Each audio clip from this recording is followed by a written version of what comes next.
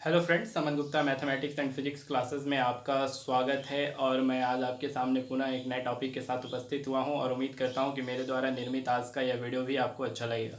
Students हैं तो आप पहले मेरे चैनल को सब्सक्राइब कर लें, बेल आइकन्स दबाएं ताकि मेरे आने वाले वीडियो का हर नोटिफिकेशन आपको पहले प्राप्त हो सके। स्टूडेंट्स टॉपिक है हमारे पास एक समान आवेशित बेलन के कारण विद्युत क्षेत्र की तीव्रता अर्थात यूनिफॉर्म चार्ज्ड सिलेंडर। स्टूडेंट्स हमारे सामने एक बेलन बना हुआ है। इस बेलन की त्रिज्या मान लीजिए कि कैपिटल आर है या कैपिटल आर त्रिज्या का कोई बेलन है जिस पर आवेश घनत्व रो है। आवेश घनत्व रो है अर्थात इसके प्रति एकांक आयतन पर आवेश की मात्रा रो है। ठीक है स्टूडेंट, तब ऐसी स्थिति में हमें विद्युत क्षेत्र की तीव्रता ई का जो मान निकालेंगे वो तीन स्थिति में निकलेगी। पहली स्थिति होगी कि जब बिंदु पी बेलन के बाहर हो, दूसरी स्थिति होगी जब बिंदु P बेलन के पृष्ठ पर हो, और तीसरी स्थिति होगी जब बिंदु P बेलन के अंदर हो। तो स्टूडेंट्स क्या करेंगे हम कि बेलन के अक्ष को अक्ष मानकर r त्रिज्या या r दूरी पर एक बिंदु P की कल्पना करेंगे बाहर की ओर, जहाँ पर हमें विद्युत क्षेत्र की तीव्रता E ज्ञात करनी है। तो E को हम इस प्रकार से दे रहे हैं स्टूडेंट। ठीक है, इस r दूरी को r त्रिज्या मान लेंगे और r त्रिज्या के आधार पर एक अन्य बेलन की रचना करेंगे स्टूडेंट्स।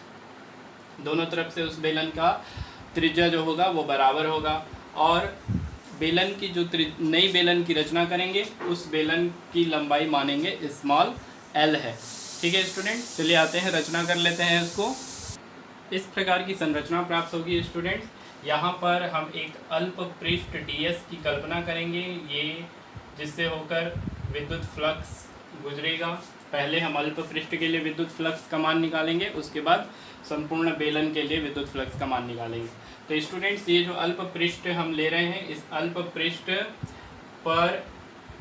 पृष्ठ को हम ds दे सकते हैं नाम, और इनके बीच जो एंगल बनेगा हम उसको थीटा दे सकते हैं नाम। ठीक है स्टूडेंट, तो कुछ चीज़ें हम रफ कर देते हैं। ये दो चीज़ आप ध्यान में रखिएगा, हम डायग्राम में इसको शो नहीं कर रहे हैं अभी। स्टूडेंट्स इस बेलन पर भी तीन भाग होंगे। पहला समतल वृत्तीय भाग S1, दूसरा समतल वृत्तीय भाग S2 और तीसरा वक्रीय भाग S3। स्टूडेंट पहले अनुप्रयोग के अनुसार हम बता देंगे कि समतल वृत्तीय पृष्ठ S1 और समतल वृत्तीय पृष्ठ S2 जो है वो विद्युत क्षेत्र के समांतर होता है, और विद्युत क्षेत्र के समांतर होने के कारण इन दोनों क्षेत्रों से विद्युत फ्लक्स की शून्य मात्रा निकलेगी अर्थात जीरो मात्रा निकलेगी, जबकि वक्रीय पृष्ठ S3 जो है वो विद्युत क्षेत्र के लंबवत होता है, इसलिए यहाँ से अधिकतम विद्युत फ्लक्स निकलते हैं। और हम इसी वक्रीय पृष्ठ पर संपूर्ण पृष्ठ के लिए विद्युत या संपूर्ण पृष्ठ से होकर गुजरने वाले विद्युत फ्लक्स के लिए मान ज्ञात करते हैं। स्टूडेंट ये जो वक्रीय पृष्ठ S3 है इसे गॉसियन पृष्ठ भी कहते हैं, और यह ठीक है स्टूडेंट। तो आइए चित्र के बारे में कुछ शब्द लिख देते हैं। स्टूडेंट्स चित्र के बारे में हमने लिख दिया है कि माना r त्रिज्या का एक बेलन है जिस पर आवेश घनत्व रो है। निम्न तीन स्थितियों में विद्युत क्षेत्र की तीव्रता ज्ञात की जा सकती है। पहला जब बिंदु P बेलन के बाहर हो, जब बिंदु P बेलन के पृष्ठ पर हो, और तीसरा जब बिंदु P बेलन के अंदर हो। तो स्टूडेंट पहली स्थिति हम चल रहे हैं कि जब बिंदु P बेलन के बाहर हो, अर्थात ये वाली स्थिति चल रहे हैं। ठीक है स्टूडेंट, तो माना कि बेलन के अक्ष से स्मॉल r दूरी पर कोई बिंदु P है जहां पर विद्युत क्षेत्र की तीव्रता या E ज्ञात करनी है। तब r को त्रिज्या मानकर स्मॉल l लंबाई का, देख लीजिए स्टूडेंट, स्मॉल l लंबाई का एक अन्य बेलन की रचना करते हैं। हमने एक अन्य बेलन की रचना की है जिसमें तीन भाग हैं, S1, S2 और S3। S1 और S2 समतल वृत्तीय भाग हैं, इसलिए इस भाग से होकर कोई भी विद्युत फ्लक्स नहीं गुजरेगा, अर्थात गुजरने वाले विद्युत फ्लक्स की संख्या शून्य होगी। तीसरा भाग वक्रीय पृष्ठ है S3 जो गॉसियन पृष्ठ है, इस पृष्ठ से होकर अधिकतम विद्युत फ्लक्स गुजरेगी। तो स्टूडेंट्स हम यहाँ पर लिखेंगे कि वक्रीय पृष्ठ S3 से होकर गुजरने वाला संपूर्ण विद्युत flux phi E equal to बंद समाकलन या रेखीय समाकलन vector E dot vector ds लिख सकते हैं। Vector E dot vector D S. Students यहाँ से वेक्टर और डॉट हटेगा तो हम बता सकते हैं कि ये हो जाएगा समाकलन या बंद समाकलन E D S cos theta. Student हमने यहाँ पे अल्प पृष्ठ डी एस लिया था, इसलिए वहाँ पर E D S cos theta हो जाएगा। ये डी एस थ्री होगा एक्चुअल में स्टूडेंट, क्योंकि ये एस थ्री पृष्ठ है। तो कॉस थीटा, थीटा के प्लस पे हम जीरो रखेंगे, कॉस जीरो की वैल्यू 1 होती है स्टूडेंट्स, आपको पता है कॉस जीरो इक्वल टू 1, इसलिए यहाँ पर ओनली बचेगा ई बंद समाकलन डी एस थ्री। ठीक है स्टूडेंट। अब चूंकि ये बेलन है और हमने पिछले कक्षा में भी आपको बताया था कि समाकलन डी एस थ्री जो है इसका मतलब होता है 2 पाई आर एल, अर्थात बेलन का वक्र पृष्ठ। तो आप चाहें तो यहाँ पे लिख सकते हैं स्टूडेंट्स कि जहां समाकलन डी एस थ्री बराबर 2 पाई आर एल बेलन का वक्र पृष्ठ। तत्पश्चात हम गॉस के प्रमेय से चलेंगे। गॉस प्रमेय से हम जानते हैं कि फाई ई इक्वल टू होता है students Q upon epsilon not. इसको दे देंगे इक्वेशन नंबर 2। अब इक्वेशन 1 इसको माने हैं, इक्वेशन 2 ये हो गया, तो इन दोनों का एक पद जो है स्टूडेंट्स आपस में बराबर है, तो दोनों समीकरणों का आपस में तुलना कर देंगे इक्वेशन 1 व 2 से। ठीक है ना, तुलना करके लिख देते हैं। हो जाएगा students e into 2 pi are L equal to Q upon epsilon nought. यहाँ से e की वैल्यू निकाल लीजिए, या e इक्वल टू हो जाएगा q upon 2 pi are L into epsilon nought. Students equation number 3 हमें प्राप्त हुआ है e equal to Q upon 2 pi are L into epsilon nought. ठीक है, तो स्टूडेंट्स हम जानते हैं कि आवेश घनत्व चूंकि q है, q की वैल्यू को हमको रखना है, तो q की वैल्यू हमें इसी फार्मूले से निकलेगी, आवेश घनत्व इक्वल टू द्रव्यमान बट्टा आयतन होता है। घनत्व का सूत्र है स्टूडेंट, यहाँ पे द्रव्यमान नहीं है, इसलिए द्रव्यमान के जगह पर हम आवेश का प्रयोग करेंगे कि आवेश अपॉन आयतन। स्टूडेंट आयतन दिया हुआ है, बेलन है, चूंकि घनत्व की जगह पर रो ले लेंगे तो रो इक्वल टू आवेश q हो जाएगा, और बेलन का आयतन होता है students pi are square into L. बेलन की त्रिज्या कैपिटल आर है स्टूडेंट्स, यहाँ पर नहीं दिख रहा होगा तो मैं पुनः लिख दे रहा हूँ कैपिटल आर बेलन की त्रिज्या। ठीक है स्टूडेंट, स्मॉल आर इस बड़े बाहर वाले बेलन की त्रिज्या है। तो यहाँ से q की वैल्यू निकलेगी, या q equal to pi are square L into rho. इसको दे दीजिए इक्वेशन नंबर 4। इस q के मान को समीकरण 3 में रखने पर, समीकरण 3 से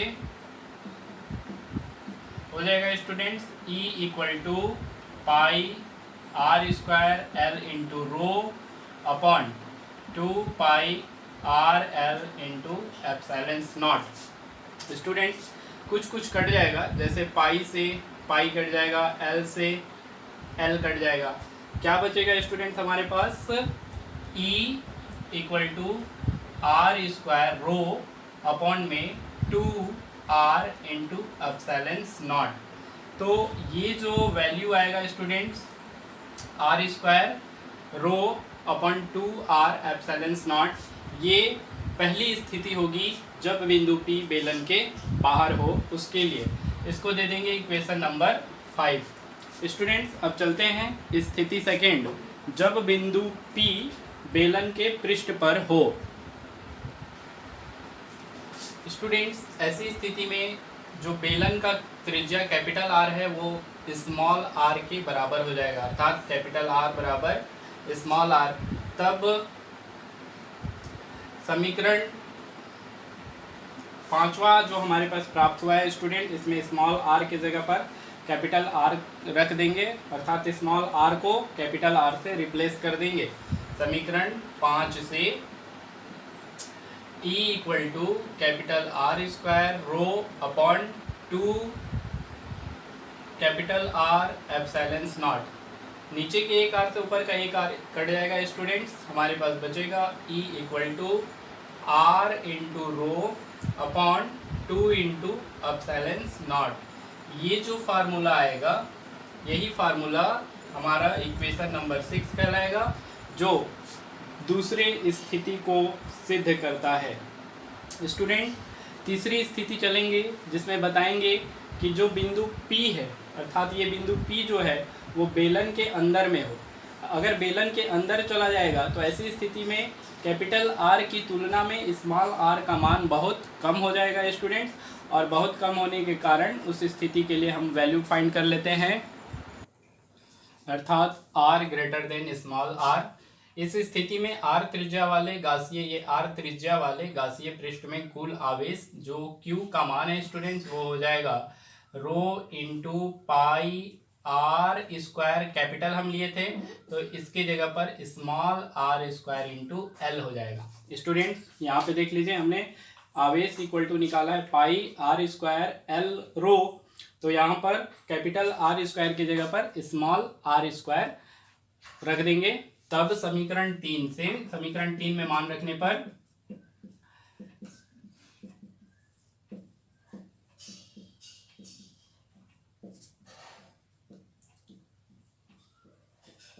हो जाएगा student E equal to q का मान rho pi are square L upon समीकरण 3 था 2 pi are L into epsilon naught, है ना स्टूडेंट। तो ये L से ये L कैंसिल हो जाएगा, पाई से पाई कैंसिल हो जाएगा, आर स्क्वायर से R भी कैंसिल हो जाएगा। हमारे पास ओनली बचेगा E equal to rho R upon 2 into epsilon nought. तो ये जो फार्मूला आएगा स्टूडेंट्स इसको दे देंगे इक्वेशन नंबर 7, और ये हमारा तीसरा स्थिति का फार्मूला होगा E equal to rho into small r upon में 2 एप्सिलॉन नॉट। तो इस प्रकार से यह द्वितीय अनुप्रयोग का समापन होता है। अब हम चलते हैं स्टूडेंट तृतीय अनुप्रयोग में। स्टूडेंट्स, अगर आप मेरे द्वारा बनाए गए इस वीडियो से संतुष्ट हैं तो आप मेरे चैनल को सब्सक्राइब करें और बेल आइकन्स दबाएं ताकि आपको हर वीडियो का नोटिफिकेशन प्राप्त हो सके।